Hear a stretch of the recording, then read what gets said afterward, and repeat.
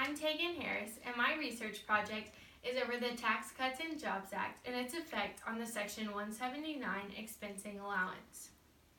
The United States tax system is how the United States generates most of its revenue.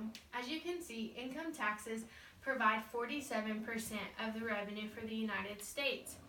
And this income tax comes through individual income tax returns, partnership tax returns, corporations that elect to be an S corporation as a pass-through entity, and then also C corporations, which are publicly traded and major and large corporations.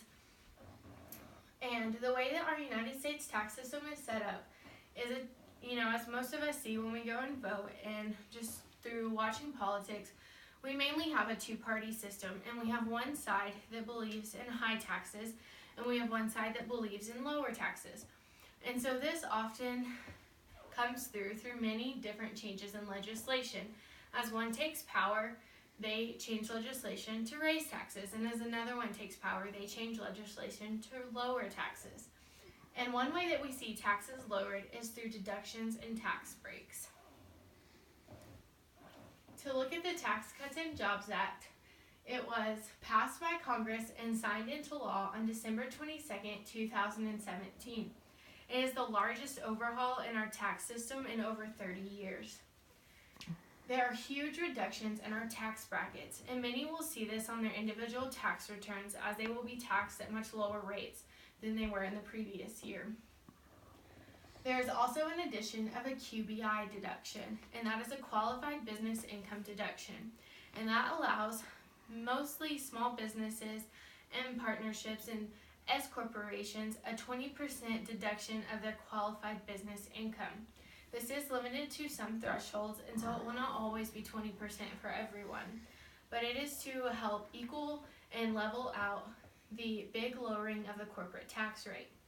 And as I just mentioned, the corporate tax rate is another big change in the Tax Cuts and Jobs Act. It is now a flat tax of 21%, and this is a big change for our tax law. Another big change is the estate exemption.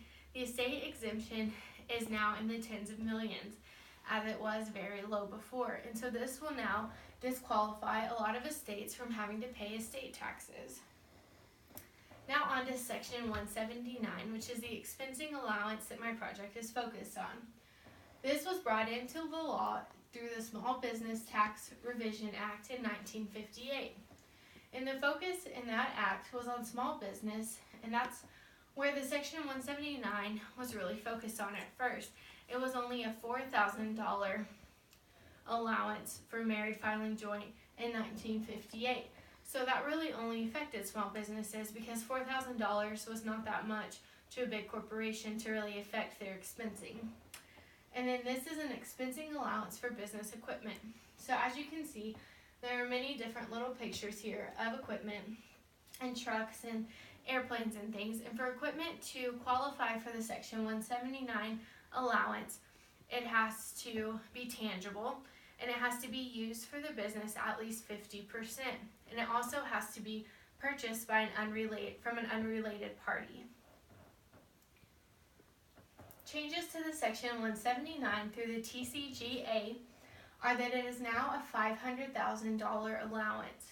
And this is huge because you can now take Section 179 on equipment up to $500,000, and it has a threshold of $1 million.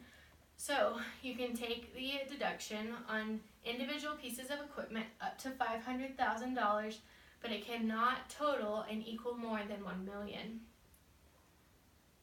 The benefits. The major benefit is that higher expenses just equal into a lower tax bill. The more expenses that a business has, the less income that it will be taxed at. Another benefit is that you're spending your money on equipment, so you're increasing your equipment as a business. Instead of spending money on taxes and just paying that into revenue for the government, you're investing back into your company, you're investing equipment back in. And it is a business growth opportunity. By investing your money back into your own company, you have opportunity to grow, you have opportunity to use your money for your company's best interests. And then the detriments. For the United States, a big detriment is that it's a decrease in revenue generated by businesses.